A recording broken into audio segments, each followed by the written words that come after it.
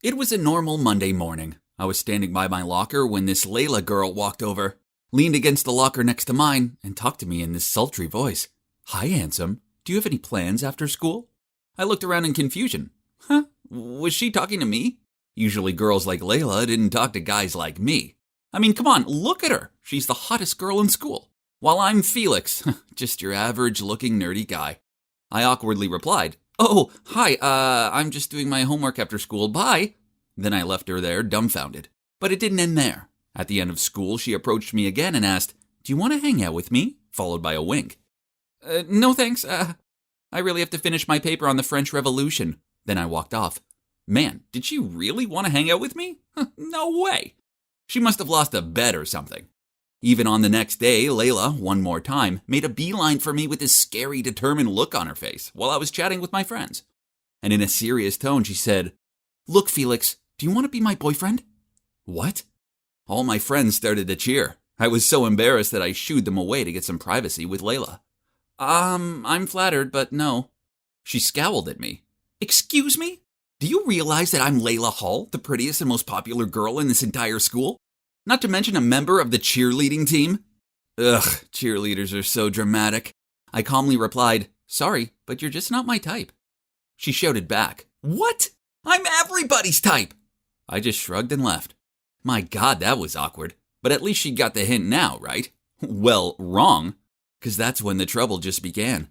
Firstly, it was this flood of junk emails and newsletters. Then strange phone calls from the spa and nail salon, asking if I had made an appointment for the day, which I obviously didn't.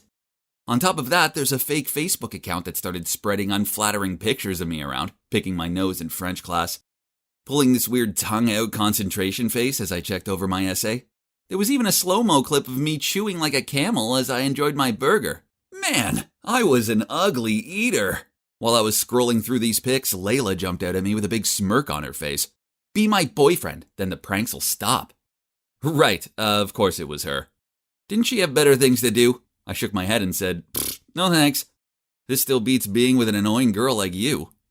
Then a few days later, as I walked into school, I noticed that everyone was giving me dirty looks. Was my shirt inside out or something? Nope.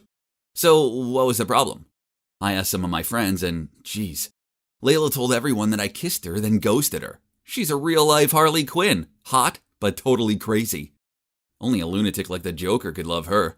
I'd had enough of her antics. I couldn't let her make me look like the bad guy for something I didn't do. So at lunch, I charged over to her table and yelled in her face, "Are you crazy? Why can't you understand that I don't like you?" Then I shouted so everyone could hear me. "Hey, listen, this rumor about me kissing and ghosting Layla is a total lie. She made it all up because I refused to date her. So please, save your dirty looks for someone else. Thank you." Layla shoved past me and ran out of there. Ugh, okay, maybe I was a little harsh. But you'd brought it on yourself, princess. Then during French class, she was absent, but no one knew where she went. Was it maybe because of me? Nah, probably not. But as I was walking home, I spotted her sitting alone on a swing in the playground. Just go, Felix. This girl only brings trouble, I thought to myself. But oh man, she looked so sad. So the next thing I knew, I was walking over and sat on the swing next to her. I asked, "Why weren't you in French class?" "Just leave me alone. Stop pretending you care." "Look." I took a deep breath, then continued. "I'm sorry for yelling at you in front of the whole school. That wasn't cool.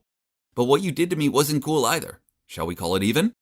Layla stayed quiet for a bit, but then she nodded and smiled at me. Well, that wasn't so bad, right? So from then onward, everything was fine between us. She even smiled at me in the hallway. Whenever I saw Layla, this warm feeling came over me, and I couldn't stop grinning.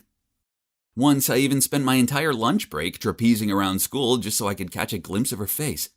Oh boy, I think I've fallen for Layla. But why now? I tried to ignore these feelings, hoping they'd eventually go away. But then Valentine's Day came along, and Layla, being the popular girl she is, received enough roses to open a florist. Ugh, how annoying. I needed to do something. So after school, I went to her house with some chocolates and a teddy bear. As soon as she opened the door, I blurted out, "I know I'm a big dumb idiot. Rejecting you was a huge mistake. Please, will you be my Valentine?" I stood there red-faced and prepared for rejection. But she just snatched the gift out of my hands, then said, "Yeah, okay then." Oh my God, I couldn't believe it.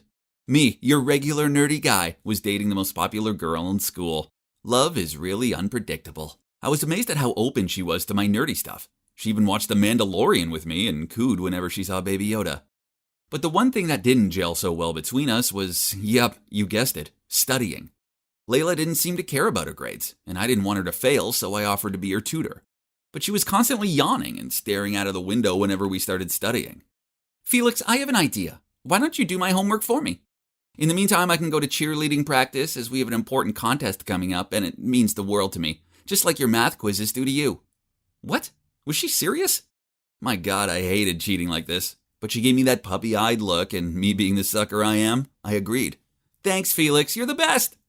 She kissed me on the cheek, then immediately passed me a huge pile of homework. I asked her why she had so much, and she explained that because she didn't understand it, she let them pile up. But hold on, why did she have Spanish? She was in French class with me, not Spanish. But she just shrugged and said her parents forced her to study it outside of school. Oh, my poor little pumpkin. One day, like usual, I stopped by her place to pick up her homework, but she wasn't home. That was odd. Today wasn't cheerleading practice, so where could she be? I looked through the stack that she asked her mom to give me and saw some Spanish worksheets. So I said to her mom, "Oh, she must be in her Spanish lesson, right?" Her mom looked a bit confused, then laughed. You know Layla, she's far too stubborn to agree to extra classes. Huh? So the papers weren't hers? Then whose it was? And why?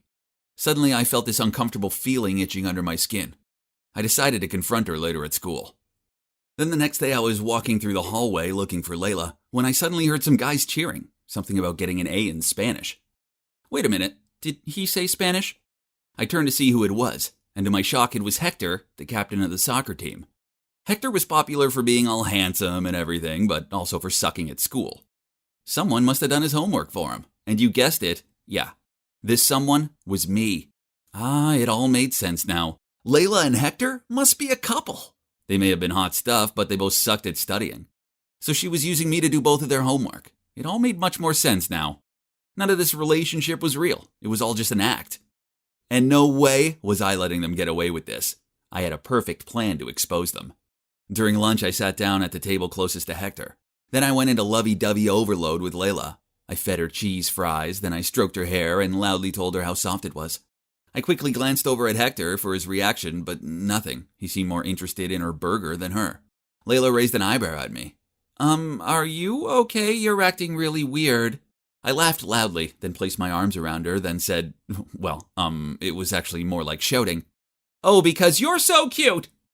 But why was there still no reaction from Hector? He and his friends even cheered, and on his way out of the canteen, he gave me a thumbs up. Layla didn't look fazed at all either. Man, somebody call the Academy, 'cause these two deserved an Oscar. My plan was a massive fail. Ugh, this was so frustrating. I fell silent and Layla noticed and gave me this quizzing look. Something is definitely off. You're being really strange. Okay, if she wanted to know, then fine. So I blurted out. I know that the Spanish papers belong to Hector. You're together and you're just using me to do all your homework. I'm not stupid, you know. Nice meeting you, but please don't ever talk to me again. Then I left without saying a word. Well, that's the end of my story. A rather sad one, right? I would be lying if I said I wasn't feeling down about it. I truly do love her. Whatever. I'm going to college in a few months and I'll get to meet a cute, geeky girl who won't trick me into doing some other dude's homework. Sorry guys, someone's calling me. My God, it's Layla. What does she want? We're done. Stop calling. What? Fine. Promise you'll leave me alone after this? Okay, wait, I'm coming downstairs. Oh my God. Layla's at my front door and she insists to not leave unless I have a talk with her. Ugh. Don't move, everyone. I'll tell you every detail as soon as I'm back. Jesus, guys, you won't believe what Layla's just told me. The thing is that her cheerleading team had to practice a lot for upcoming contests, which means they couldn't study as much. Therefore, they had to find someone who was willing to do their homework so their grades wouldn't slip. That's when Layla came up with the plan to win me over as her boyfriend. The flirting, the pranks, they were all part of her plan. That was the truth. But Layla didn't know about the Spanish worksheets because her teammate Harper gave them to her. Turns out Hector is Harper's boyfriend. Didn't see that coming, right? But I was still super mad at Layla because she still used me. Then Layla took out some papers and showed them to me. It was homework with all B's on them. Then she told me, okay, I admit that at first I didn't like you. I only approached you to take advantage of you. but then I actually fell for you as I got to know you better, okay? So I stopped giving you my homework and did it on my own." So, her feelings for me were real too? I couldn't believe it. Eventually, I forgave her, and now we're happier than ever. I must say, when Layla first talked to me, I thought she was this crazy girl like Harley Quinn, who I could never like. But I was wrong. Turns out I'm the one who's crazy about her. So, I guess I have more in common with the Joker than I first thought. It's not here. Not there either. Where can it be? It's not just any shirt. It's my most prized possession. It has Kendall Jenner, my idol's autograph on it. Franny, your t-shirt was dirty, so I cleaned it for you. Come have a look. Oh, snap. I rushed over to see my precious shirt neatly piled on top of the fresh laundry. No. The autograph's completely gone. Grandma! That's right. The person responsible for this unwanted blank shirt is my grandma, who just moved in with us after Granddad passed away. At first, it seemed exciting because my memories about Grandma were all from my happy childhood with her. But now I'm taking it back. She's a literal disaster. You know what? She is getting on in years, but still wants to learn to use social media. My mom even bought her a brand new iPhone 14. Meanwhile, her dear daughter was stuck with this lame iPhone 8. Honestly, all she needed was just one of those brick phones that can only take calls. With her forgetfulness, she'll forget all her passwords. So it's best to just log in with my iCloud. After all, this phone will become mine anyway. Oh, that's quite a handsome young man. You think so too? Indeed, Josh's attractiveness is second to none. He's every girl's dream man. And yours as well, right? As if I stood a chance. He's notoriously cold, and none of the girls from school seem to interest him. Well, that probably was the only time we shared the same thought. Otherwise, we're always arguing about all kinds of things, especially the way I dress. She didn't even bother asking me before sewing up all my favorite ripped jeans, and then left a dress that she'd made on my bed with a note. This adorable dress will suit you much better. I used to love her handmade dresses when I was 5, but who even wears anything like this these days? That's not all. She nagged me all the time for straightening my hair instead of keeping it naturally frizzy, since it's supposedly cuter. And guess what? It's actually her who I'd inherited my natural hair from. Bet she didn't know it was the reason I had to grow up with my classmates saying stuff like, "You're actually quite pretty, but it's a shame about the hair." And, "How come you don't have straight hair like your parents? Are you adopted?" Those hurtful words made me hate my hair with a passion and wish for beautiful, smooth, straight hair, like Kendall Jenner's. So of course, I'll keep straightening it every day, no matter what Grandma says. Thankfully, those complaints will finally come to an end tomorrow, as I'm going back to school after summer break. Yay! Huh? What's everyone buzzing about? At that moment, the teacher walked in and announced that our class will have a very special new student. And then a very familiar figure entered my class. It was my grandma? What on earth? Did she get lost on her way to bingo or what? How humiliating. Maybe if I stayed deadly still, she wouldn't spot me, and no one would know it was my granny. Oh, my sweetie pie, you forgot your orange juice. All eyes were on me. Good grief. Someone help me disappear from this planet, please. After class, I had to sneak out as fast as I could to avoid having lunch with my grandma. But my best friend Lloyd wouldn't quit teasing me. Suddenly, I heard someone laughing loudly across the room. Grandma? But who is she sitting with? Wow, Jose has quite a peculiar taste in women. He ignores every single girl in this school, but is now completely smitten over your granny. Jeez, why is she bothering him? Jose must have felt uncomfortable. I quickly went over there, apologized, and pulled my grandma away. On the way home from school, my grandma recounted her day just like a little kid would. Do you know that they have vending machines in the hallway with all kinds of snacks? That's genius! And oh my, the campus is big. I almost wet myself while searching for the restroom. Tell me which part of this is funny again? It only proves that someone her age belongs in a nursing home, not a high school. I needed to talk to Mom, so when she was finally alone in the kitchen, I immediately asked her, how exactly did Grandma end up in my class? It turned out that when my parents invited Grandma to live with us, she told them she would, but only if she could go to school. I think it's a lovely idea. It means she won't be lonely at home all day, as you'll keep her company. Besides, she spent her whole life taking care of our family, so it's our turn to look after her, right?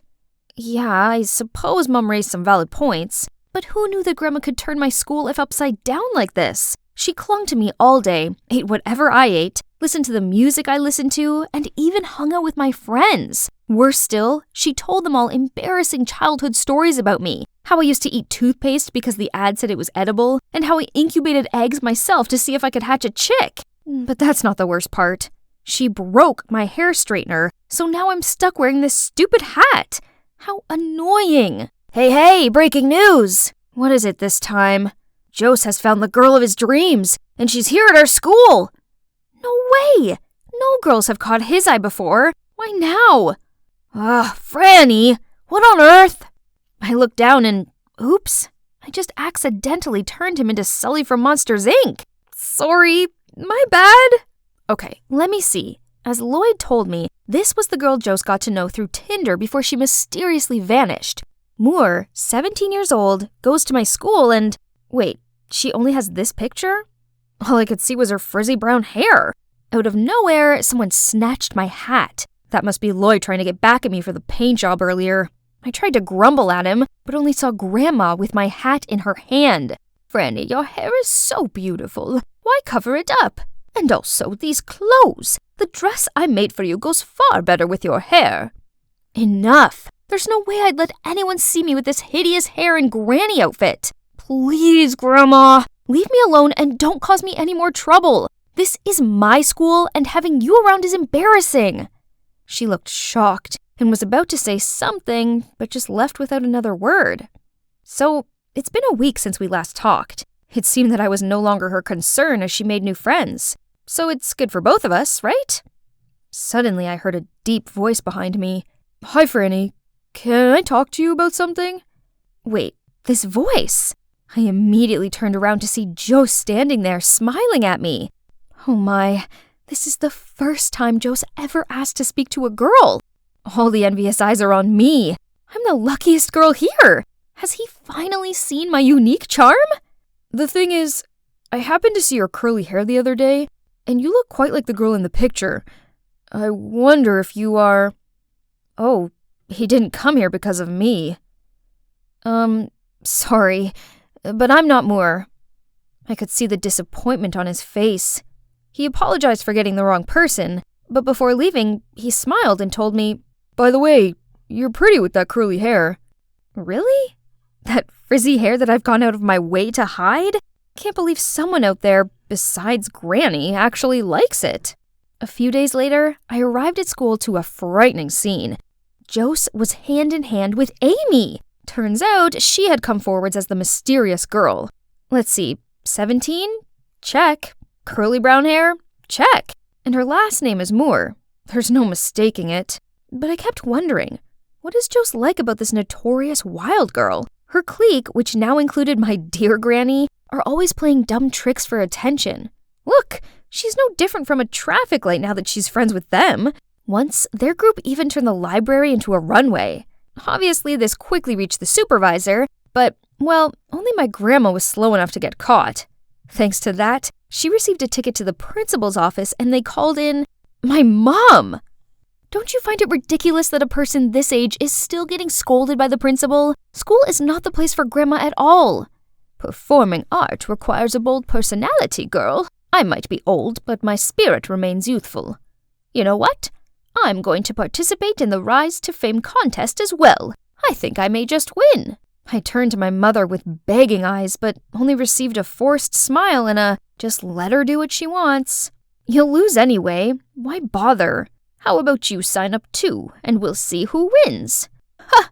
Fine. Challenge accepted. I'll defeat you easily, Granny. Just wait and see.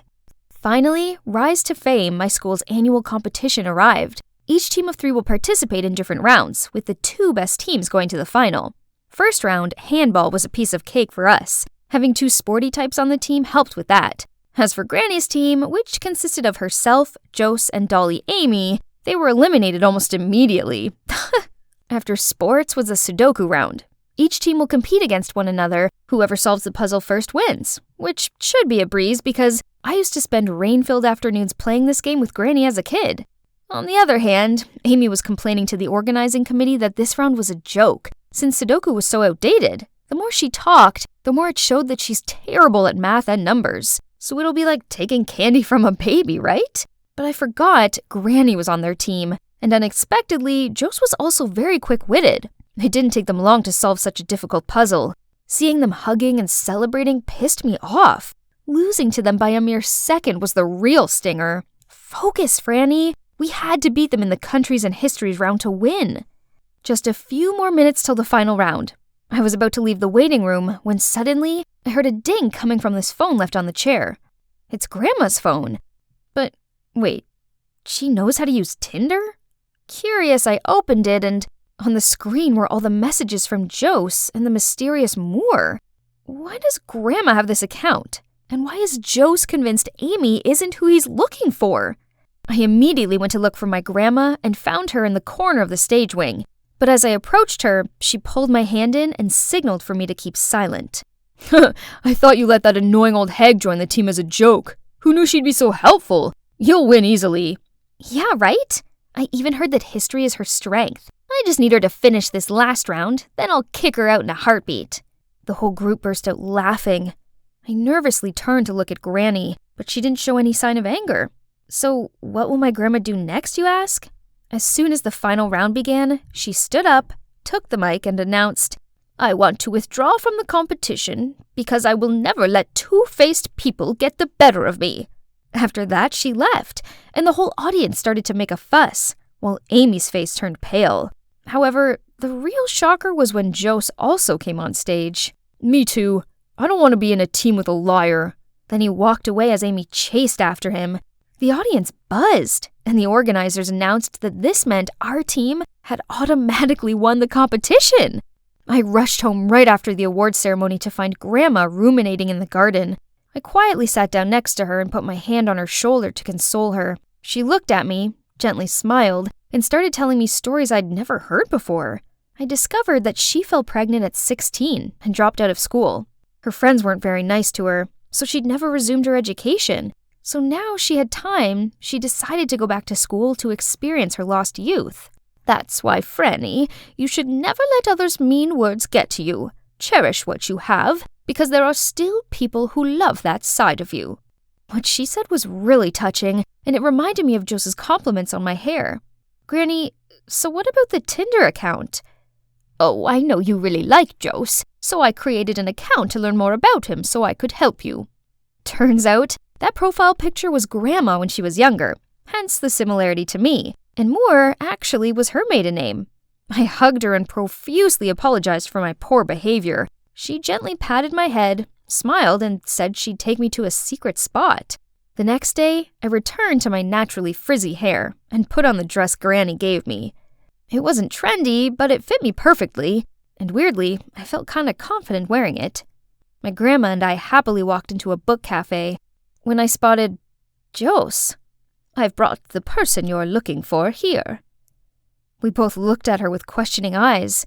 You mean, turned out there was still one thing she hadn't told me, that the alias Moore she put up on Tinder was all based on my preferences, my hobbies, my habits, my taste in music, etc. She'd been collecting everything about me to text Jose. I had to let him know there's an interesting girl like our Franny out there, right? That was why Jose didn't feel as compatible with Amy. Then the intelligence round confirmed it, as he and the mysterious girl both had one thing in common, a passion for Sudoku. In the end, everything was cleared up. Grandma is still attending my school, and I actually don't mind it anymore. She brings in homemade cakes for me and my friends, tells us interesting stories about the old days, and gives out the best advice. Most importantly, she made me realize that being me isn't so bad, frizzy hair and all. Almost forgot. You're also wondering what happened between me and Jose, huh? Well, I think you should see for yourself. Blue sky, white clouds, golden sand. Such a perfect day for sunbathing on this luxury Hawaiian beach, while being served by Kirby, my archenemy. That brat used to tease me all the time about my old clothes and messy hair. Little did she know, I was secretly a millionaire. Earth to Clarine. Castle building all day won't fill your stomach. Finish your shift and go home. Well, Mary, who doesn't want to get rich? Sadly, some of us can only dream about it. If you want to be Cinderella, then go find yourself a prince. Just not Danny. He's just as poor as us. Do not underestimate my Danny. My precious heart fell for him for a reason. It's just that he doesn't seem to realize that we're destined for each other yet. But Mary was right. My dinner won't cook itself. Let's see what we can afford for tonight. My dad left us when I was 4, and since then, Mom worked her socks off to provide for us. So it was down to me to also work to save up for my law school dream. All of a sudden, groceries started raining down on me. Bottles tumbled off the shelves and broke into pieces right by my feet. Ah! Is it an earthquake? I stooped down and prayed until it stopped. Thankfully, no one was hurt, but geez, it sure left a freaking mess.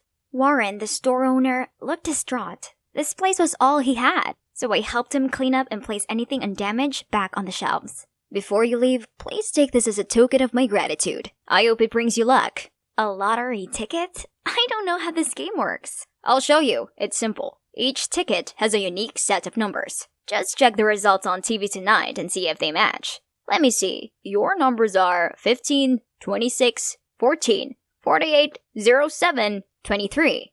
Hey, those are the lucky numbers that have been on my mind all day. I want that ticket. Kirby, stop poking your nose in my business, will you? Sorry, miss, that's the last ticket today, and I already gave it to Clarine. Then I'll buy it. Here's your $2. Give it to me. You wish. I didn't really care about this ticket, but there's no way I was going to let her get what she wanted. And surely she wouldn't leave me alone. How about $10? That's a fortune to the likes of you. No thanks. I'd rather win millions instead and make you my maid. Look, you'll never get anything from me, be it this ticket or Danny. Just give up. Fine! I may skip this stupid ticket, but Danny, never! Why are we always bickering, you ask? Well, we're both competing for the heart of Danny. Tennis extraordinaire and brooding Adonis. Actually, I thought I had more advantage as he worked part-time at the same restaurant. But nope, Danny was such a cold fish. I tried again and again, but every single time, he just gave me a soulless thank you and that's it. If only I could build him his own tennis courts, perhaps he'd change his attitude. But that's impossible for a poor girl like me, unless I somehow hit the jackpot. The lucky numbers today are 48, 07, 15. Should I add winning the lottery to my daydream list?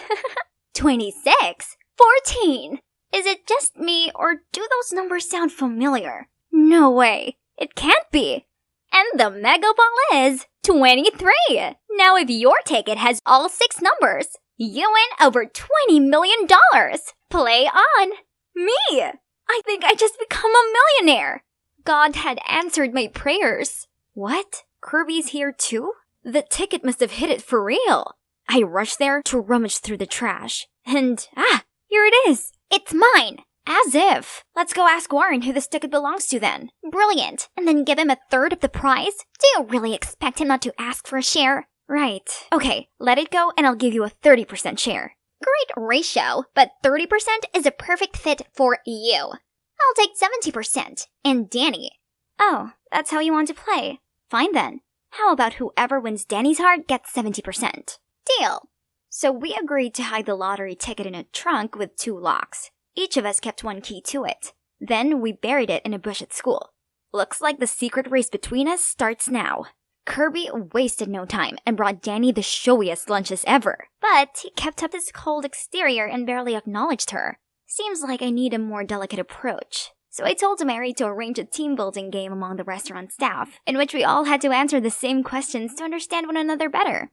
Oh look! He liked watching Star Trek, listening to Sam Smith, and reading Harry Potter like me. Oh, Danny boy, I told you we were destined to be a pair. Next question. What is the key to maintaining a long-term relationship?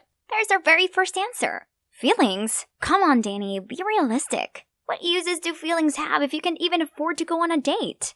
Poor people can also be happy in love, but I don't think pragmatic people like you can. No, he misunderstood what I meant. After that, he ignored me completely. Worse still, kooky Kirby never left him alone. She even brought the whole cheerleading team to do this ridiculous routine while he was playing. Who cheers on a tennis court? She was going big, so I needed to step up my game. It's time to bust out my college savings. I spent the whole day at the mall buying him gifts and giving myself a makeover. This is the first time in my life I've spent my hard-earned money without considering the price. It feels so good, but at the same time, kind of bad. But I could make it up with the lottery money once I got Danny's heart. Look, I saw this watch and I immediately thought of you. I even met a professional tennis player at the mall. Can you believe it? And they told me this racket is the best. What do you think? You're crazy. This costs thousands. Why are you doing this? That's not the reaction I was expecting. But I like you, Danny. I've not been brave enough to tell you this because I had nothing. But soon, my life would change and I can give you everything. I don't need those things. You're so wasteful and superficial. You really think money can buy anything, including feelings? Why was he so mad at me? I thought he must have noticed that I'd worked really hard for all this, and even made myself look prettier for him. Okay, he might not like my gifts, but is it so bad that I want to be a little generous to myself now that I have some money? Things got even worse when later I arrived at work to see Kirby booking out the entire restaurant to let her, Danny, take a rest and enjoy dinner with her. Fine, you win, Kirby. I give up. Nothing, basically nothing went the way I wanted. My luck, my money, my man. Now I'm fine with just the 30% God gave me. I'm done chasing anyone. Only my stray friends understand me. Muffin, Brownie, Oreo. Wait, where's Cupcake? Looking for him? Let him go. This wasteful, superficial girl needs to make sure he's not starving. So you're the one who feeds them every day? Why do you care? Go back to your date with Kirby. I'm just a materialist who thinks money solves everything. I'm sorry for how I acted earlier. It's just that, at home, I'm surrounded by people who are all about money. So I hate that way of life. Why are you talking like you come from money or something? Yeah, kinda. My parents are the presidents of Sunland Corp. What? The biggest furniture corporation in the city? Unbelievable! So why are you working part-time at a restaurant? I want to earn my own money. An independent life suits me much better. You're so silly. Why struggle if you don't have to? If I were you, my life would be so different. I'd make sure that my mom didn't need to work all the time to make ends meet. I could even go to any expensive law school I want and care for all the stray cats and dogs I find. Surprisingly, this time, Danny didn't look at me with jaded eyes like before. Instead, he just listened patiently and gave me the sweetest smile ever. But not love. That's one thing money can't buy. How about Kirby? Did any of her grand gestures impress you?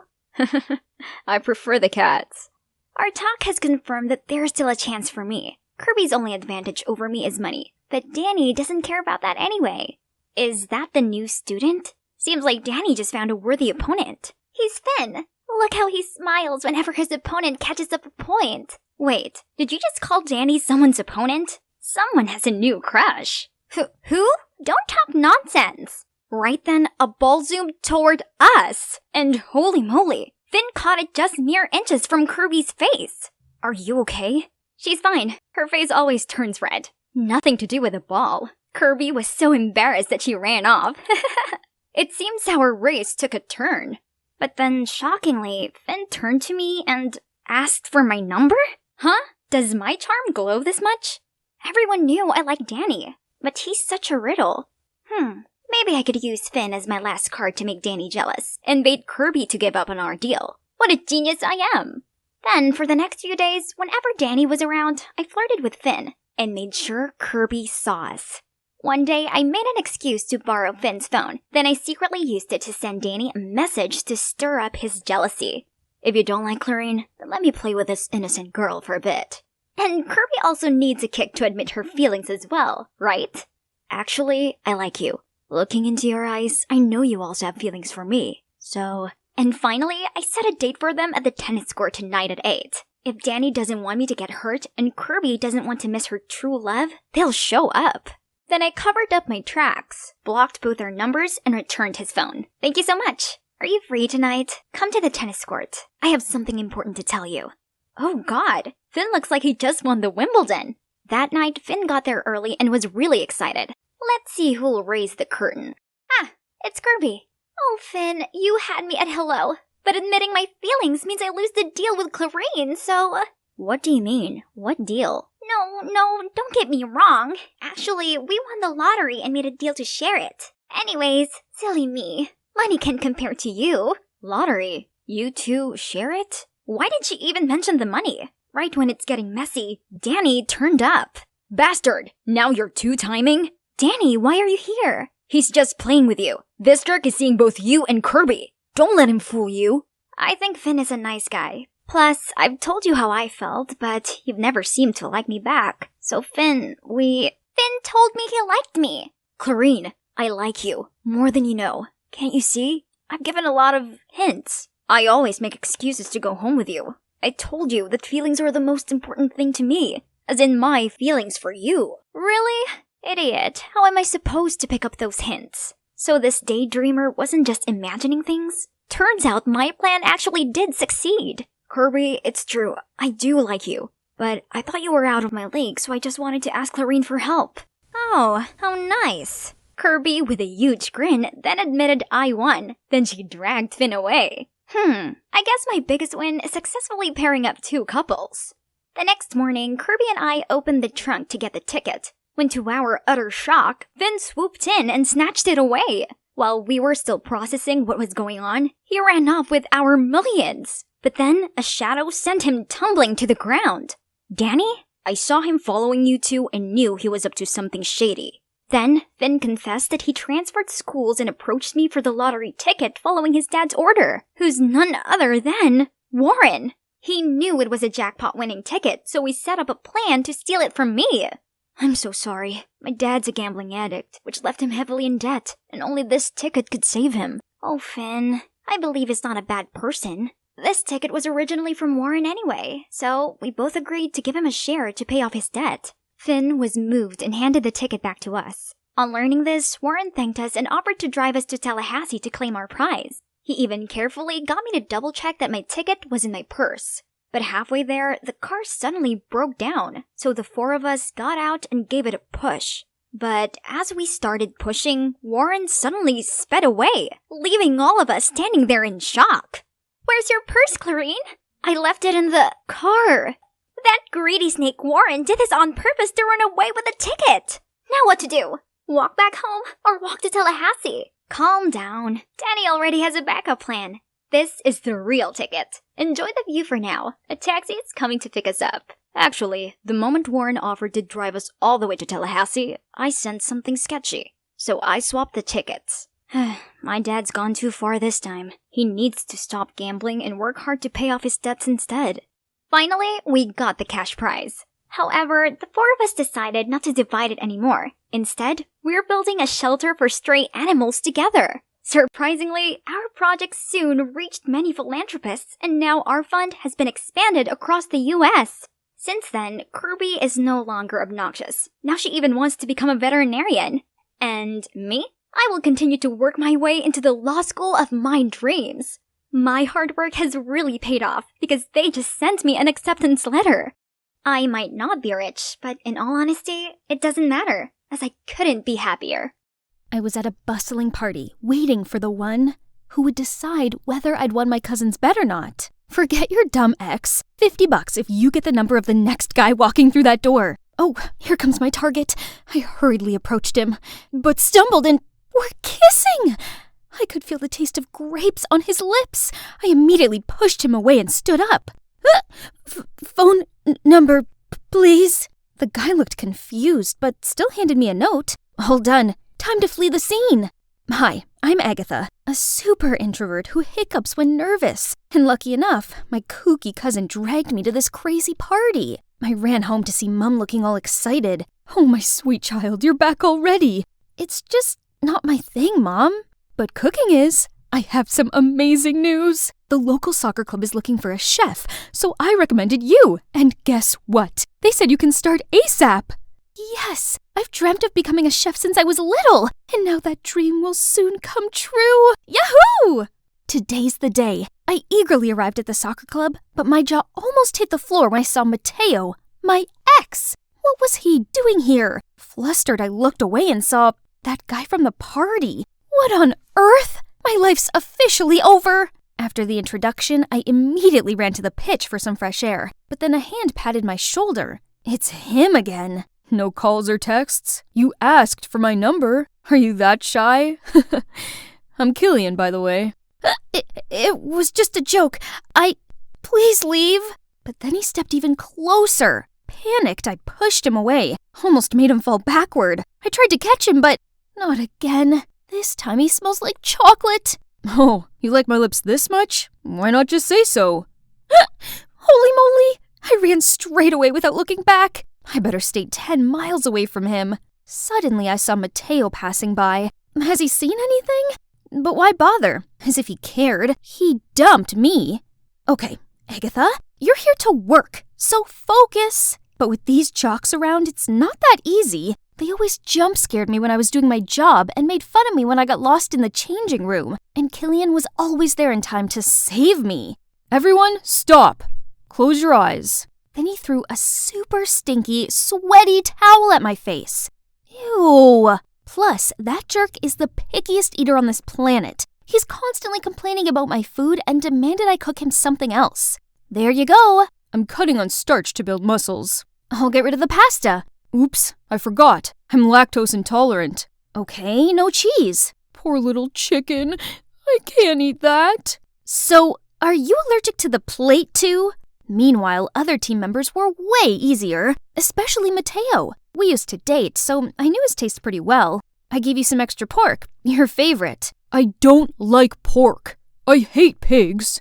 Just then, Killian jumped in. You should focus on me instead. We can discuss my meals privately. Before I could say anything, he already handed me a note. Me and him alone? That's weird. But learning his eating habit would help my job, right?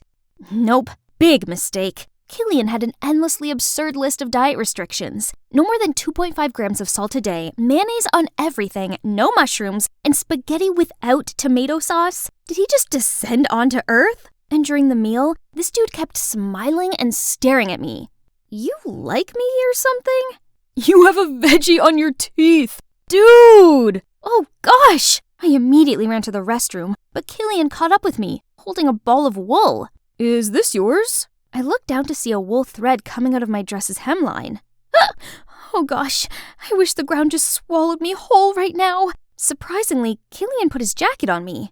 That was cool. Just then he caught me drooling over him, so I immediately pretended to play with my phone.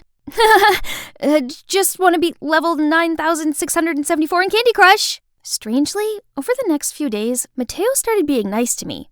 Too nice. Your cooking is top-notch as always. Tomorrow, can you make me those delicious vegetable fritters we used to have together?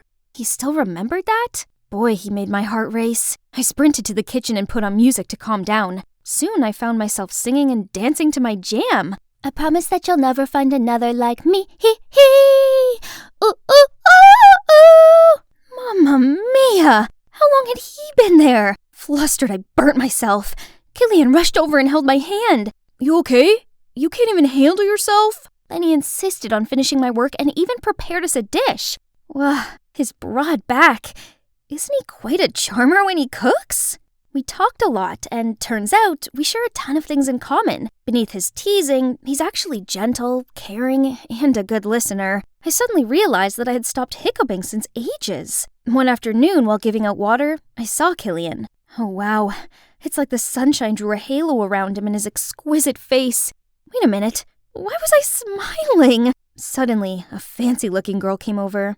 Killian, why didn't you reply to my messages? You left me hanging all night. Look, I have dark circles now. That's on you. I went to leave, but out of nowhere, Mateo pulled me into a corner. Why were you so close to him? He's only messing with me. Huh? What do you mean? He competes with me in everything. I was cold to you to protect you. Now that he knows you're important to me, he'll harm you to hurt me. I think he's just trying to be nice. His dad is our club's biggest sponsor. You really think he wants to hang out with people like us while Sloan, whose family owns the largest hospital in the state, is here? I don't know what to believe anymore. However, I had to admit they looked like a perfect couple. While holding a coffee tray one time, I clumsily bumped into Sloan. Are you blind? Why do they let a doofus work here? Come on, Sloan, you bumped into her. He sure seemed sweet to me. Maybe Mateo had misunderstood him. Then once, I spotted the two of them in a quarrel where Killian even pushed Mateo. I tried to intervene, but they brushed me off. What was going on between them? A few days later, I returned from the grocery store to see the head coach in a fit of rage. Explain to me how Mateo is hospitalized for eating your food. What? Why? Stop it! You're fired! My head spun in a million circles. I hadn't done anything wrong. I was packing my things when Sloane appeared. Well. Looks like Little Miss Muffet met her match. Only need some simple tricks to get rid of you and your phony, needy act. Stop dreaming about Killian. You're not at our level. Wait, our? Who's with you? But Sloane just smirked and strutted away. That's when the memory of Killian and Mateo fighting struck my mind. So, Killian must have conspired with Sloane to harm Mateo and ruin my career in the process? How could he? Still, he had the cheek to text me as if nothing had happened. Dummy, Agatha. You should have listened to Mateo from the start and stayed away from Killian. I visited Mateo in the hospital, but he coldly shooed me away. It was exactly like the day he dumped me. Today is the city's championship final, and to be honest, I didn't really know why I was here. I looked around for Mateo, but couldn't find him. He might still be sick, so we had to skip this match.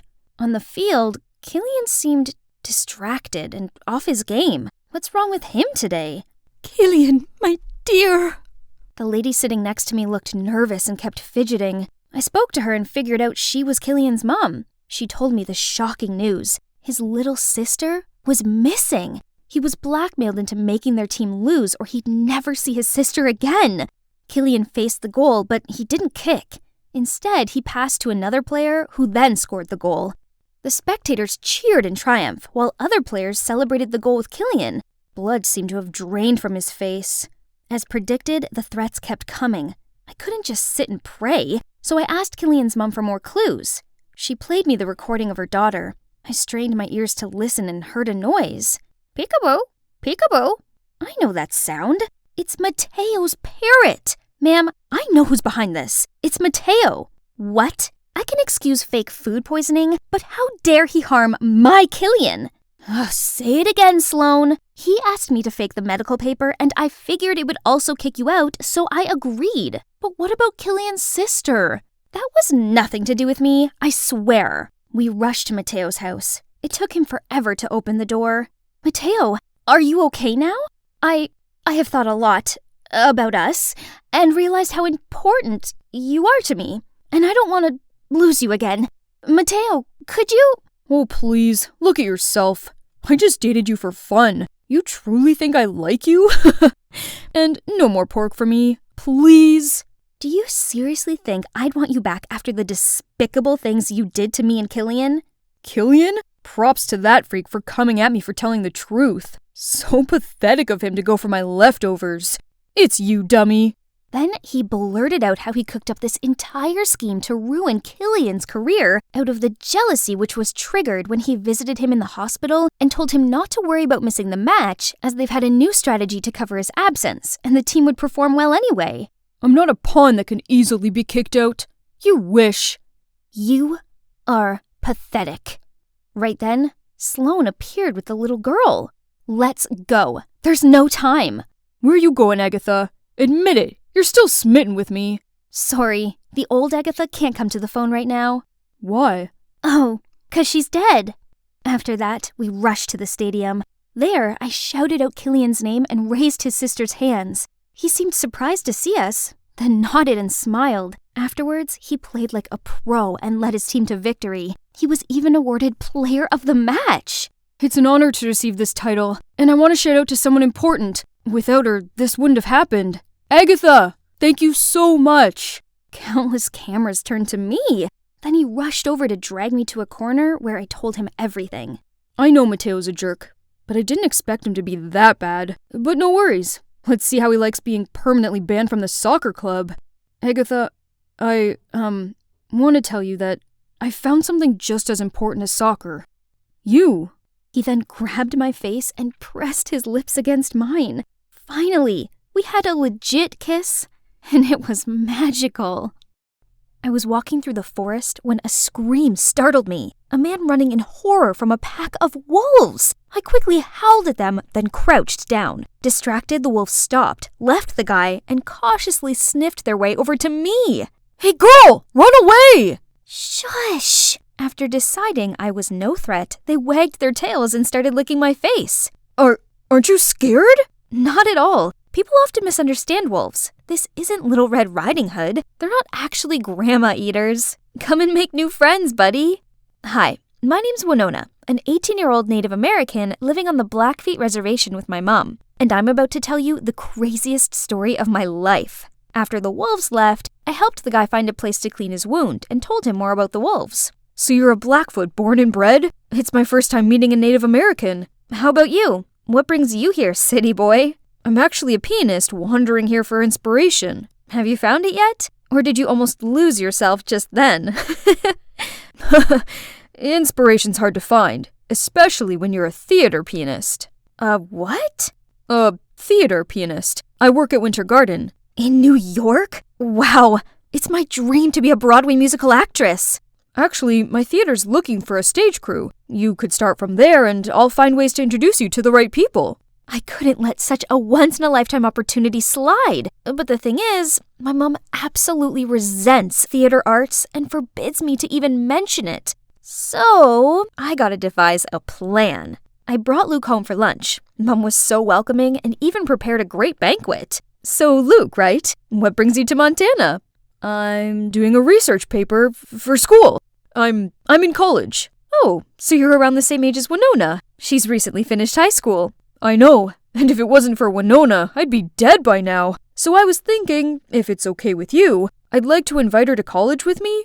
That's nice of you. But what are you studying? Hotel management. Mom, I thought I could give it a try too. But honey, you said you wanted to take a gap year. I just didn't want to try college alone. But now I've met Luke, it'll be different. Mrs. Ryder, I promise I'll take good care of her. Mom smiled, then nodded. Yes! Mission accomplished! Oh man, look at how crazy the streets of New York are. Thankfully, Luke arranged a small place just a few blocks away from the theater for me. And the following day, he landed me a staff member job to get me used to the theater scene first. It's not easy, especially working for a grumpy director with a zillion demands. Hey, you! Yes, you cleaning lady! Out of the way! But just being here this close to the stage is incredible, right? One day, on set for Mr. Killorn's new play, he started yelling and throwing papers everywhere.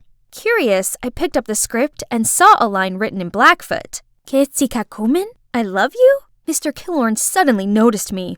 Oops, I must have said it too loud. How did you learn to speak Blackfoot? My mom taught me. Oh, I live in the Blackfeet Reservation.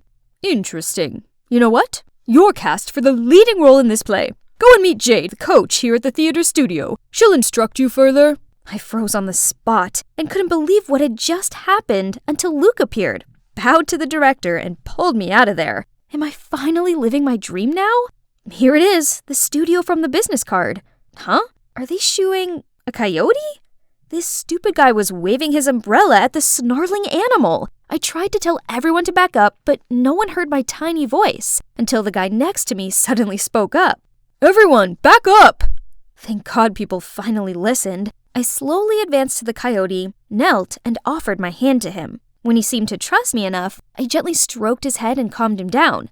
Just then, Mr. Killorn's assistant appeared and took the coyote in. Turned out, he's Mr. Killorn's pet. Who keeps a wild creature as a pet in this stuffy, urban space? You okay? You hurt anywhere? I'm fine.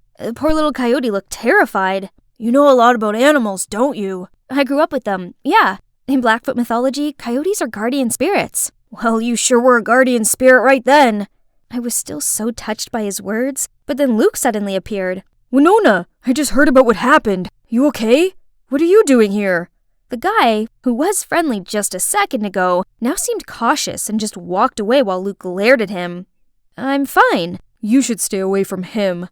Luke doesn't seem to like that guy. Something weird is going on between these two. I went and met Jade, our coach. She told me about the role and introduced me to Nathan, my actor partner, which happened to be the guy I just met. I couldn't help but grin and offered my hand to Nathan, but he just ignored me and turned to the script. Hello? Am I just a stranger danger now? We then tried the opening act, but since it was my first time being on a turntable, I took the wrong step and fell over. Nathan! I was blushing when he suddenly glanced at Luke and dropped me, almost kissing the floor. Right then, a girl barged in. Is everything ready for my set? You're late again, Stella. And actually, you and Winona are both gonna practice and we'll see who's right for the role. Winona who? As if this nobody can stroll in and try to steal my role. How snobby. She's lucky this nobody doesn't want to make a scene on her first day. During the break, I questioned Luke more on Stella. Stella is super talented. She's marvelous at dancing, singing, and acting. No surprise, though, because she's been training since she was little. That's exactly why we should just give her the role already. A waste of time dealing with amateurs. That was so rude. So much for ever thinking he was friendly. In the following weeks, I finally got a better grasp of my character. The female lead was a gentle, down-to-earth Blackfoot woman. Easy peasy. I just need to pretend to be my mum. Only, my on-scene love interest Nathan was making things difficult. On stage, he refused to make eye contact with me, but he didn't have this trouble when he was up there with Stella. Every day I had lunch with Luke while Nathan and Stella were giggling in another corner, acting as if they were the most powerful couple here. Are they really in love? Oh, Winona, please. Why should you care? After lunch, I ignored Stella's glaring eyes and focused on being Nathan's lover on stage. What kind of singing is that? Give me a break already. That's enough, Stella. Actually, I just informed Mr. Killorn over lunch that Winona's getting the role. Ha! Very funny. No, it's not a joke. Look at your performance recently, Stella. It's rather disappointing. Winona, keep up the good work. Stella looked like she'd had the blood sucked out of her. I excitedly beamed at Luke, but strangely he looked concerned and ran after Stella. Does he have feelings for her? See that? Why hasn't he just confessed his feelings for Stella already and stopped this unrequited love tragedy? Isn't it because you and Stella are together? And that's also why you're so half-hearted whenever you're on set with me? It's not like that. I just couldn't control myself every time our eyes met. What did he mean by that? Congrats anyways. I always knew you deserved this role. He's right. I'd really worked super hard for this. I'm so close to achieving my dream now. The next day, I rushed into the first official rehearsal and acted my heart out in front of Mr. Killorn and the whole crew. I was dancing away to Luke's sentimental track when the door slammed open. It was Mom! I can't believe you lied to me and came here to do these foolish antics. Oh no. Mr. Killorn turned pale while Jade gasped upon seeing Mum. I tried to tell Mum to let me finish the scene, but... Fine, be this way. Until you come to your senses, you're not my daughter anymore. Mum then stormed out of there. Mr. Killorn told everyone to take a break and also left. I stormed over to Luke and asked if he told my mum the truth. But right when he was stammering, Mr. Killorn came between us. I didn't know you had to lie to your mum to get here. Yeah, sadly. She knows about my acting dream, but she has always been so negative about it. Is that so? Well, you're doing a great job. Continue practicing for the play. And maybe take me to your mum sometime and I'll try and explain this to her. Encouraged by the director's feedback, the next day I confidently acted my part. Yet Jade seemed dissatisfied and criticized my movements, saying they were too rigid. Winona, I'm giving the role to Stella. You need more training. What? I'm not some toy you can throw back and forth. Was it all just a show to get me and her to pit against each other? What was that about? Why the change? You're not qualified. Go back to your mother. What has this to do with my mother? I didn't know what was going on, but I was sure of one thing. I needed to prove myself, so I stayed at the studio practicing, swinging and swaying my soul away under the studio light until I accidentally sprained my ankle. Right then, Nathan came out and helped me up. Why are you still here? I saw you stay, so I thought I'd stick around for a little longer. As he spoke, he gently pressed an ice bag on my ankle. I felt the butterflies flapping in my stomach, but suddenly remembered his attitude before and pushed him away, ready to stand up just to fall into his embrace again. You must think I'm so hot and cold, but I just didn't want Luke to misunderstand anything. What do you mean? We're just friends. And what's up with you and Luke? Then he told me how he and Stella were the best of friends back at acting school until Luke appeared. Luke was instantly attracted to Stella and asked Nathan to set them up. Nathan, of course, happily agreed. However, the next day Stella suddenly expressed her feelings for Nathan right in front of Luke. Luke didn't take it too well and thought I was messing with him. He's resented me ever since. So, you and Stella are just friends? We are. Stella might appear childish, but she's good-natured. She's dealing with a lot inside. I've just been watching over her. But right now she's gonna have to learn to stand on her own since I think I've met my guardian spirit. His guardian spirit? We were so close, I swear we were almost kissing. But I quickly pulled away, saying I gotta go practice. The final rehearsal is my only chance to get my role back now. I showed up just as a substitute today, but when everybody was ready to rehearse, the only person missing was Stella. No one seemed able to contact her, and the director was growing impatient. Jade had no other choice but to push me onto the stage. Luke didn't seem too happy with this replacement, and suddenly played the piano much faster than expected. Flustered, I took a deep breath and let myself float naturally to his rhythm. During the intermission, I asked Luke what that was about. "Drop it, Winona. I already knew. You got in here all thanks to your director dad, yet you fooled me with your little story. It's you who forced Stella away from her chosen role." "Who's my dad? Mr. Killorn?" Right then I was called for the next act. Still puzzled by what Luke said, I couldn't focus on my part with Nathan. Suddenly I heard Nathan scream my name and leapt to push me to the side. I fell on the floor and saw the massive chandelier land on Nathan. Everybody rushed to check on us, and among the crowd came, "Mom?" We were all waiting for the doctor to check on Nathan when Luke suddenly spoke out. "I'm sorry for what I said, but Jade told me Mr. Killorn is your dad, and you guys forced Stella to drop her role." Mr. Killorn and I both gave Mom astounded eyes. "Winona's my daughter?" "That's right, Andrew. But don't worry, as soon as Nathan's recovered, I'll bring Winona back home and will not bother you and Jade again." No, you've got it all wrong. Why didn't you tell me about our daughter?"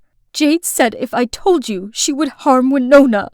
"Wait, does this have anything to do with the accident? 'Cause right before the act, I saw Jade talking to a crew member who set up the stage for Nathan and Winona. I'll get this looked into at once." "So, this play about Andrew and a Blackfoot woman falling in love, is it about you and Mom?" Mr. Killorn didn't reply, but looked at Mom tenderly, and she burst out crying. Right then, the doctor came out, saying we could visit Nathan. Luke quickly pulled me aside, leaving the adults there. "How are you feeling? Any discomfort? You're not mad at me anymore?" "Yeah, sorry for being a jerk." "It's alright, dude. Go find Stella before she leaves. She said she was sick of being thrown around. She's taking a leave to reassess a few things." "But why me? Aren't you—" "We're just friends. How many times do I have to tell you?" Luke didn't even wait for Nathan to finish and rushed out of there. I wished them a happy ending. And it's indeed happy endings all round. Not only for Luke and Stella, who are now officially an item, but also for Mom and Mr. Killorn. Or should I say Dad? Our family has finally reunited. On the other hand, Jade vanished as soon as her schemes were out in the open. Turns out, all of this was because she'd been in love with my dad for years. So back when Mom was dating Dad, she told her lies about him to get her to leave. Furious that both Mom and I were back, she decided to make us go for good. Dad helped me get a spot in the theater academy in New York, but he misses Mom lots, so always makes excuses to bring me and Nathan back to Montana. "You guys need more inspiration, right? New York's just all hustle and bustle. So, how about we move the studio back here?" "Nathan, what do you think?" "I don't know, but wherever you are, that's where I'll be."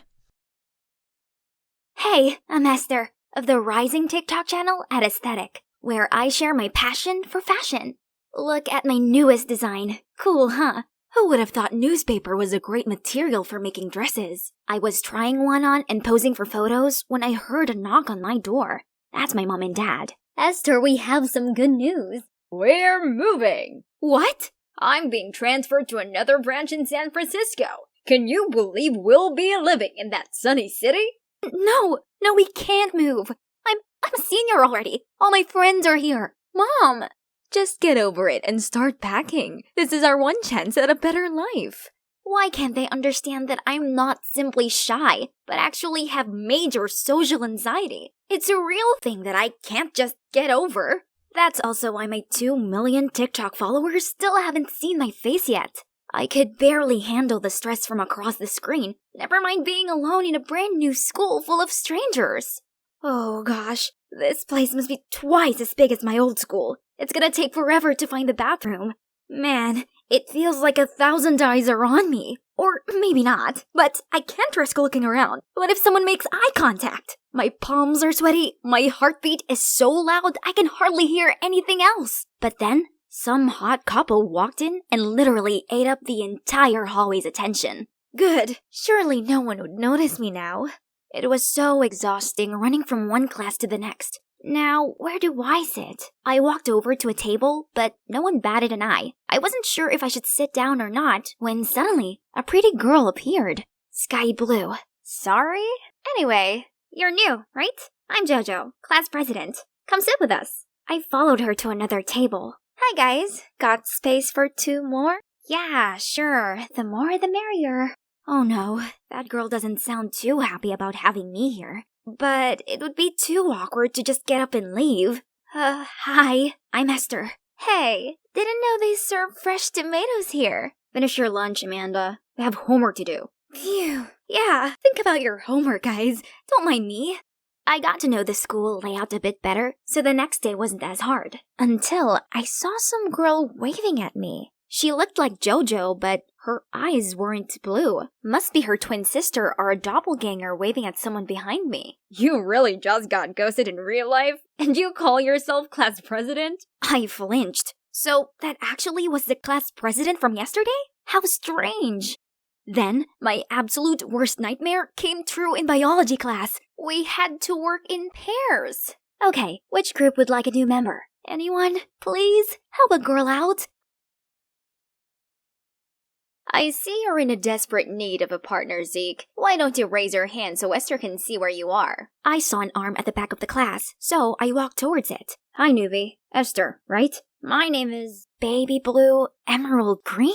Hey, do my eyes look funny to you, new girl? Jeez, I didn't mean to upset him, so I ended up explaining that I'd had issues with eye contact since I was little, so my mom made me pay attention to strangers' eye colors to make it seem like I looked them in the eye. She even asked me what color their eyes were afterwards to make sure I did what she asked. Well, even though I did, that trick never actually helped me get over my social anxiety. In fact, I usually only notice other people's eye color, not their names or how the rest of their faces look. You're weird, but I believe you. I don't like interacting with other humans either. They tend to pick on me because of my eyes.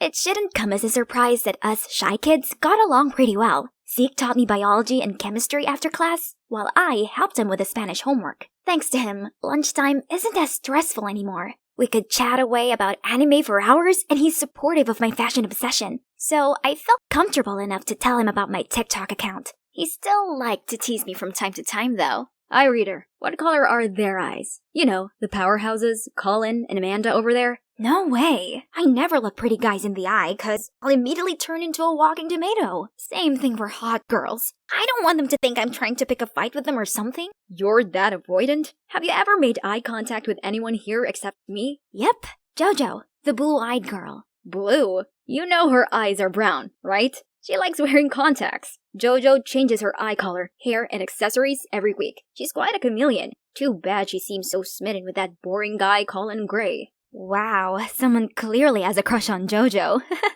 But actually, I think Z could be quite a catch too, if he wasn't so insecure about his heterochromia. Speaking of JoJo, have you heard about her Halloween party? What about it? Well, I thought about going, but I have no costume. Forget it. It's not like she'd notice me there anyway. No! You should definitely go. I can help in the costume department.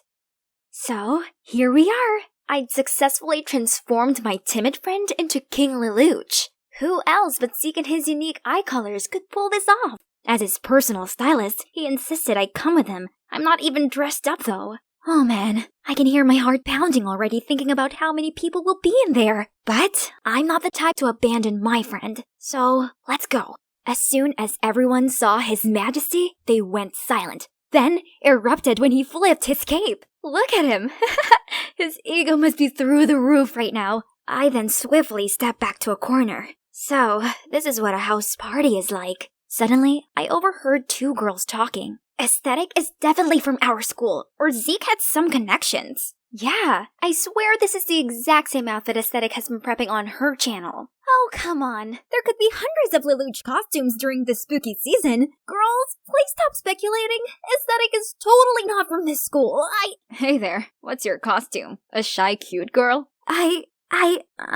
Nice Stranger Things shirt. Yeah, I look even better than Eddie, don't I?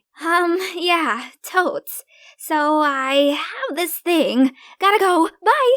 Then I ran straight out of there. That was too much socializing for one day.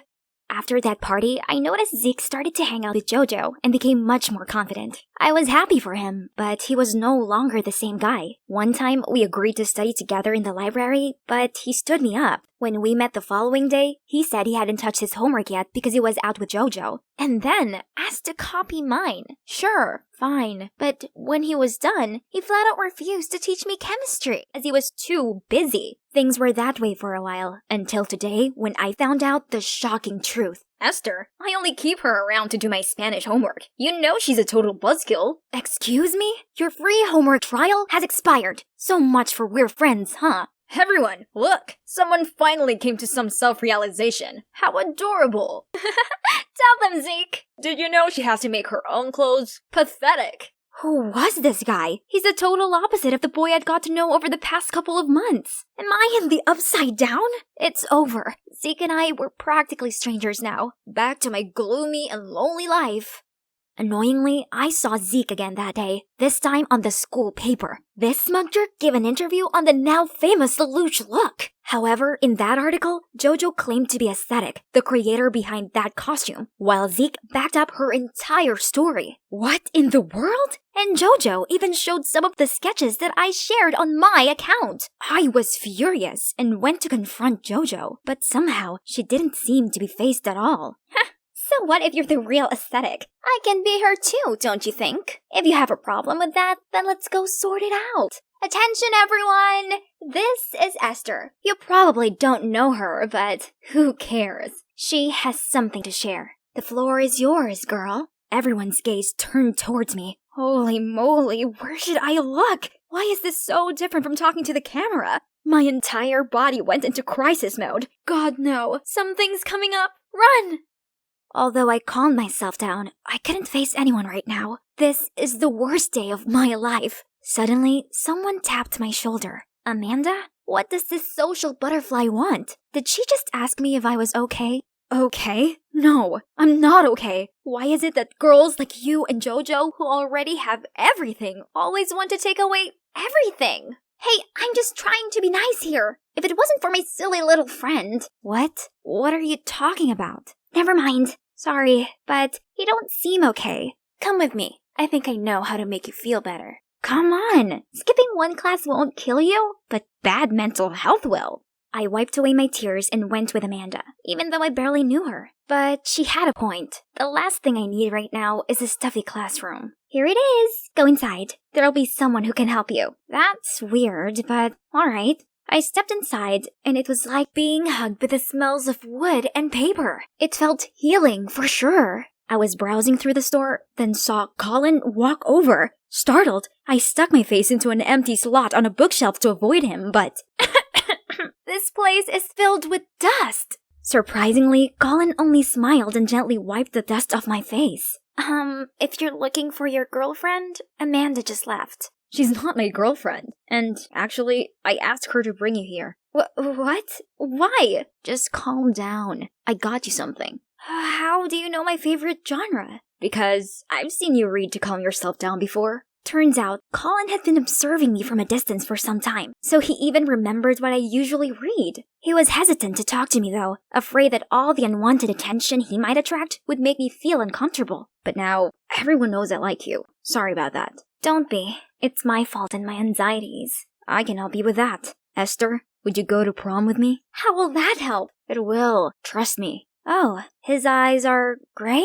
I realized I've been talking to him all this time just fine without using the old trick. What if this guy really could help me?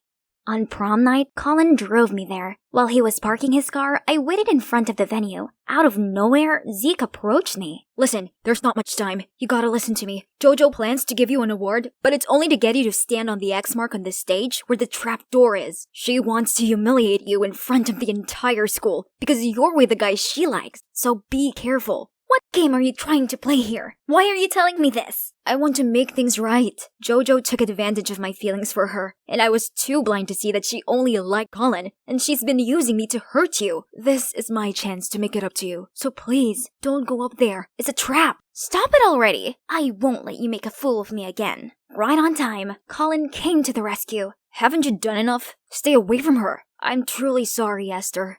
Inside, we were greeted by Amanda. Congrats, bro. I'm finally free from the Collins rumor girlfriend label. JoJo must be green with envy seeing how cute you two are together. Right. She's here, as well as hundreds of other people. Nope, I can't do this. I quickly crawled under a table and curled up into a ball. Still, Colin remained patient. You are absolutely stunning tonight. Honestly, your dress is amazing. Come out. Let the whole world see you. The world will only laugh in my face. Okay, then let me join you. It's actually quite cozy down here. What are you doing? Well, tonight is a special night, and my date's a special girl. So I figured we could totally enjoy it in an unusual way. I feel like my insides just turned into a hot liquidy mess. Who would have thought that I could meet someone who goes out of their way to make me happy? We chatted for a while, then noticed that the lights outside were dimmed for the slow dance. Let's go.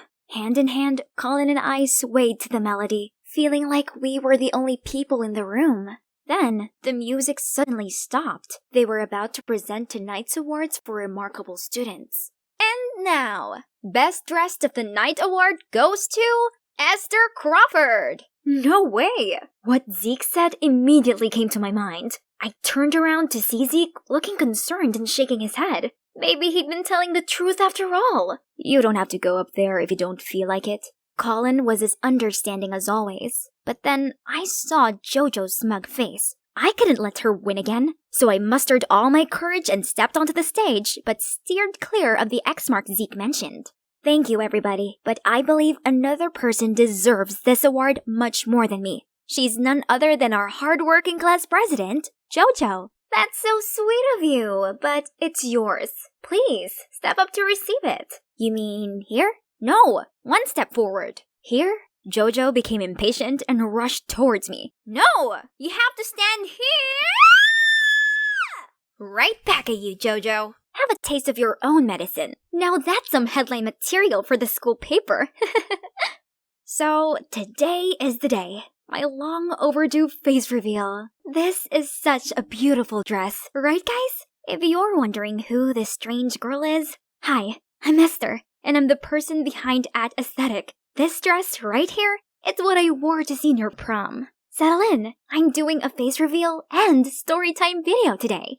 Hi there, I'm Anita, a science pro and robotics prodigy. I've won countless trophies, including one for making a talking replica of BB-8. But it's my crush's heart that I can't win. Tom has just refused to accompany me to the last middle school dance. But who cares? I've got my bestie Barb. It'll still be fun. We can go together. We arrived at the dance to find that everyone had dates, except for us. Well, this is a little awkward. Move. This is a dance floor, grannies. Either you dance or get out. I bet this is the first party you've ever got to attend. As if Tom would go out with such a loser. Yeah, you should try asking your robots out instead. As they walked off laughing, I felt so disheartened. Barb told me not to listen to them, but their words niggled away at me. I realized if I didn't change, then I'd waste the rest of my teen years by being a loser that got left out of all the fun. I needed to reinvent myself now before it was too late. Over the summer break, I thought it over and realized that there was only one way forward. I should flip the script, where nobody knew who I was. And this is the perfect occasion for that. High school! I purposely chose a school that's across the city. It's a bit inconvenient, but that's how to be sure I'd not run into anyone from my local middle school. Of course, except for Barb. She's going there with me also. Hey, recognize me? I'm still Anita. Like my new look? I've had a style update, ditched my glasses and all the uncool geeky stuff. Ooh, let's surprise my bestie. Anita? Whoa, talk about a Captain Marvel transformation. Gee, thanks. This hair color is so in season right now. Hang on, you look just like Chelsea. Oh, do I? How funny. You sound like her too. Okay, so Chelsea was this popular girl from middle school. Yeah, I may have spent all summer studying her. Alright, I actually mirrored her style and mannerisms. I'm just learning to better myself. This isn't any different from using humans as models when programming a robot. Besides, it's not like Chelsea's here to mind. Speaking of robots, how's your BB-8? No, that's my past. We'll never be cool and get boyfriends if our peers think we're nerds. Come with me after school, I'll give you a makeover too. It's okay, Anita. I don't mind being a nerd. But if this makes you happy, then you have my full support. My sweet, naive Barb has no idea how incredible being cool would be. They're the cool kids here, aka celebrities. They're so dazzling and popular. And oh my god, who's that? He's so dreamy. So I confidently strutted over to introduce myself to the whole group when... Luckily, no one seemed to notice my fall, or they just didn't care. Anyways, this was only my first day here. I had loads of time to fit in with the celebrities, and then catch that hottie, who supposedly named Eric's attention. At first, the popular girls didn't notice me, but then a few days in, Lou, the celebrity's leader, had a lipstick emergency and I sprung to her rescue. See? I told you, this burgundy shade really pops against your cool undertone. Ruby woo? That's so 2015, Ashley. You can put that away. And easy peasy, I became part of the group. They invited me to their parties, shopping trips, and spa days. It's like entering a completely new world, an extra shiny one. I got to sit with them at lunch where they Ubered low-calorie food. Normally, I had the same as them, but today my mom packed me a special sandwich with the moist maker, just like Ross's from Friends. Sorry guys, but Anita doesn't share food! Are you seriously going to drink that? You can practically see the fat and lactose swirling in it. Gross. Oh, okay. Looks like the moist maker would have to wait. I looked around and saw Barb sharing her mom's amazeballs mac and cheese with her new geeky friends. I've not spoken to Barb properly in weeks. We kept trying to reschedule as I had manicures with Lou, Haley's party, and all these other after-school shopping trips, which kept getting so expensive. Aren't you gonna buy that? You haven't bought anything. That's because I only wear tailor-made clothes made of Egyptian cotton or at least silk linen. Okay. In that case, you can be our assistant. Make sure you wear a cute cardigan tomorrow for our OOTD Instagram post. Ashley has made a list of the available colors. That's why I had to use all of my allowance on this cardigan. But it's fine. That's just how popular cliques had to be. And it's so nice of them to let me hang around. I proudly strutted alongside the celebs, looking just like one of them. Other students gawped at us, and it sure felt good. But suddenly this dizzy spell came over me. I started shaking and feeling cold. Then, pitch black. I woke up in the infirmary to Barb's worried face. Oh good, you're awake. It's no surprise you passed out. You aren't eating enough. What? I'm eating just fine. Besides, skinny is chic. I'm not arguing with you. You're lucky your head didn't hit the floor thanks to Eric. Eric saved me? He must have caught me like in a romantic movie. This diet is amazing. I wouldn't have been in Eric's arms without it. Later, I tried to thank him, but he put his headphones on and walked off. And I never saw him at any of the celebs' parties or anything. A hot guy like him is probably hanging out with an even cooler clique and interested in even more popular girls. I need to try harder. But my geeky side wasn't going to stay suppressed. One time, this guy slated Spider-Man 2099, my favorite character ever. Dude doesn't understand how the multiverse works, and his suit sucks. Are you kidding me? As if you know how it works. His suit incorporates Parker tech and has stealth features and exploding spider saucers. Okay, cool it, new girl. It's just some weirdo jumps around in spandex. Right, be cool. Cool kids didn't geek out over superheroes. Luckily, everyone else seemed distracted. I turned to look and saw them already flocked around some new kid with a huge backpack, a comic t-shirt, and jeans. It's like looking at middle school me. When I managed to get a closer look, I almost fell over in shock. It was Chelsea! Why would pretty, popular Chelsea do a total 180 on her looks? I tried to avoid Chelsea, but then one time when I was trying to approach Eric, she appeared, and he actually spoke to her. Does Chelsea know Eric? Since when? How come? Ah! Time stopped as I stared into his big, dreamy eyes, but falling for each other again? You might as well just stay in his arms. I quickly walked away and past Chelsea. Our eyes met. Did she recognize me? She didn't say anything, but was that a smirk I saw? I needed to find out if Chelsea really recognized me, so I turned to Barb. It was a bit awkward, as we hadn't spoken in a while, but luckily Barb was cool about it and said she'd try to find out. We chatted a bit, and then she asked me, "We are still going to Comic-Con on the 7th, right?" Yeah, of course. Can't wait. I was excited about Comic-Con until a few days later, the celebrities had a big announcement. They were attending Conan Gray's concert on the 7th. Are you coming, or do you have some tragic nerdy convention to go to? Huh? That's oddly specific. I panicked and said yes to the concert. We had to give money to Ashley the next day, and she would take care of purchasing everyone's tickets. But thanks to that overpriced cardigan, how am I supposed to afford this? I guess there was one way to pay for it. Me and Barb's Comic-Con fund, which we'd been saving since middle school. I was only borrowing and would definitely pay it back. The following day, the celebs gathered to discuss the concert. Out of the corner of my eye, I saw a flustered-looking Barb. What about our plan? Did you just spend all your savings on some concert you don't even care about? I'm sorry, I promise I'll pay you back. I just needed some time. So, you spent my share too? How could you? I felt terrible. I never meant to upset my friend like that. I just really wanted to fit in. Only, after that day, I found myself miserable with the celebs. The more time I spent with them, the more things about them got me second-guessing this group's dynamic. For instance, they talked a lot about the importance of being eco-friendly, but ordered Uber Eats almost every day, and constantly brought new, cute, reusable straws in Stanley cups. Moreover, it was always lose weight or the highway, and they even trash-talk their own group members behind their backs. I found myself often looking around for Barb and then feeling extra guilty. On my way home, I was dragging my feet, feeling awful, when I passed an appliance store. I saw some students from my school's robotics team struggling with their droid, so I gladly offered a hand. If you want my lunch money, take it, but please leave Gears Brosnan alone. We worked hard on it. I tried explaining that I just wanted to help, but they kept pushing me away. I stared down at myself and realized that I wasn't welcomed because I'd given up everything to look like a celebrity. However, I didn't feel like one. I'd stood by and let the celebs push everyone else around. Was this really the life I wanted? That weekend was supposed to be spa day with the celebs, so I went out to the mall to ask Lou for my concert ticket. I was gonna sell it and pay Barb back. Only when I got there, I saw Chelsea with them, but she looked like her cool self again. Uh-oh, I better go. But too late. Chelsea caught me and told everyone. Guys, look who's here. Fun fact, Anita and I used to be friends back in middle school. Cover yourself in foundation all you want, but your nerdiness will still show. Everyone started laughing, and that's when it dawned on me. They were all in on Chelsea's plans to expose me. I wanted to leave, but I still needed my ticket back.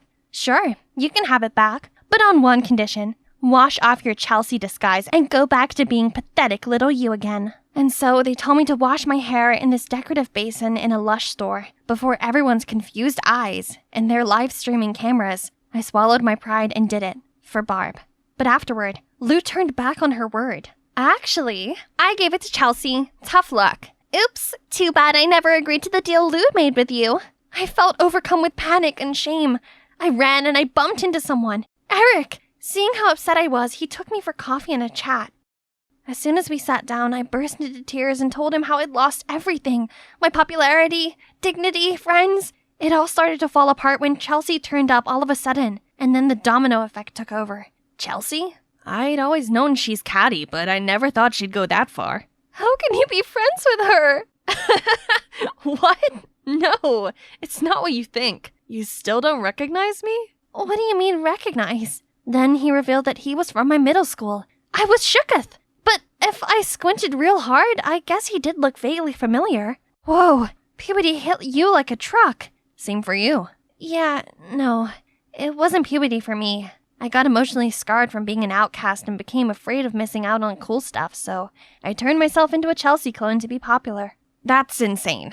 But if it means anything, I prefer the old you. It's great seeing you at the school, but when I saw that you changed and joined the celebs, I was kinda apprehensive. But for real though, I would have died for you to notice me. I was beyond surprised. He liked me all along? Suddenly, Chelsea jumped in.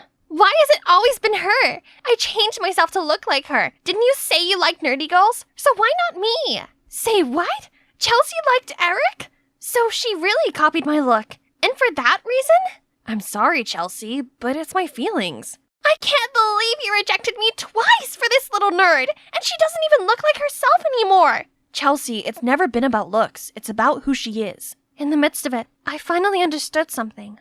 I was fine just being me.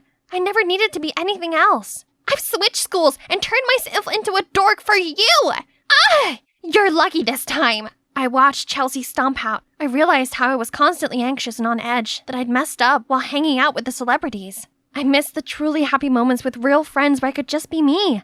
All this time, I thought I'd been missing out on all the fun, but turns out, I missed nothing. The true way to have beautiful teenage years is to spend it with people that really appreciate you and do the things that you actually enjoy. I thanked Eric, then left. There was something important I needed to do first. I went home and fixed my BB-8, then took it over to Barb's house. Sorry, Barb. I'm so sorry, Barb. I was so desperate to be cool that I overlooked what really mattered. I miss you and our friendship so much. I missed you too. And I saw that humiliating video and just wanted to know you were okay. On second thoughts, I'll forgive you if you give me your BB-8. No can do, as I'm selling it online to make money to pay you back. I only brought it here to make my apology more meaningful. Did it work? We both hug. The next few days at school, I tried my best to fix things. I returned to my old image, well, with a slight upgrade. I can't let my beauty skills go to waste now. And I dug out all my geeky stuff. I showed up at the robotics club, and this time I confidently strode over and immediately fixed their robot. I told you I could help. Don't judge a book by its cover. That's a celebrity's job. Look at you, all happy and smiley with your own loser nerd kind. Yeah, I'm happy, while you once tried and failed to be one of us, remember? Being a nerd isn't just about appearance, it's about what's inside. By the way, how was the concert? I heard your fanatic behavior got you kicked out. Sounds exciting. Chelsea and the celebs looked fuming as they sashayed off, but I didn't care, as I was finally back where I belonged. Hi, it's Arnie here again, just your regular computer-loving nerd. I've come back to tell you more about my story. Here's a quick refresher. I love my girlfriend Camilla, but she's addicted to romantic fiction. At times, it's like she even thinks she lives in one of those novels, which has led to plenty of awkward situations. Then one day she took it too far when she told me she was letting this handsome guy called Zach pursue her. Apparently, if I loved her, I'd fight for her and win her heart, just like the characters in her book did. I ignored Camilla for a full week after that. Then I walked past the basketball court and saw her there. She was watching Zach play, and she cheered and whooped when he scored. My heart flipped. Zach was so handsome, while I was some lanky nerd with messy hair, dowdy clothes, and a bloated belly. I was definitely the underdog in this competition. Feeling discouraged and missing Camilla a lot, I confided in my sister Paula. I guess I expected her to take my side, but instead, she advised me to stand up and take action. If I wanted to get Camilla out of her virtual world, then firstly, I'd have to step into her world to get her back. Paula told me that all girls love romantic fiction, and that Camilla loves them even more than most. So I should discover why she loves them so much by reading some myself. Then I could understand her and help her. Okay, so I guess Paula's plan made sense. But seriously, I was a computer guy, and now I was expected to read soppy books? Still, I'd do whatever it took to win back the heart of Camilla, as I truly do love her. Camilla had left some of her books at mine, so I started reading them. I'm a logical guy, so it didn't take me long to figure out the general format of these books. So I decided to learn from them in order to defeat Zach and win Camilla's heart back. So I derived a plan. The first lesson from these books seemed to be always love yourself first and love will come after. Okay, so maybe I was a bit scruffy. I guess I didn't resemble a guy who loved himself. So I went to the hairdressers, and instead of instructing them to do my usual short all over please cut, this time I asked them to give me more of a suitable and trendy style. Next, I asked Paula to come shopping with me, and she picked out some smart-looking jeans and a couple of nice polo shirts. Now, who said nerds couldn't have style? Finally, I faced my nemesis. Sports. Ugh. If I knew I wanted to have a well-built body, like Zach, then I needed to get fit. So I hit the gym and started jogging. For the first few weeks, I was a sweaty mess. But then I improved and actually found myself enjoying running.